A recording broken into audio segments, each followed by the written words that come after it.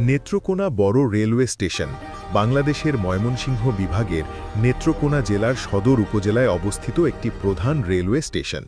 এটি শুধু স্থানীয়দের নয়, দেশের বিভিন্ন প্রান্ত থেকে যাত্রীদের জন্যও গুরুত্বপূর্ণ যাতায়াত কেন্দ্র।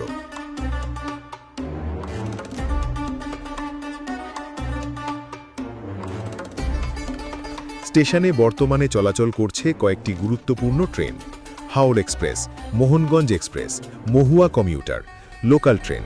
নিকটবর্তী এলাকা থেকে যাত্রীদের জন্য সহজ যাতায়াত। স্থানীয়রা জানিয়েছেন, নেত্রকোনার রেলওয়ে স্টেশন আমাদের জীবনের গুরুত্বপূর্ণ অংশ। প্রতিদিন শত শত মানুষ এই স্টেশন ব্যবহার করে।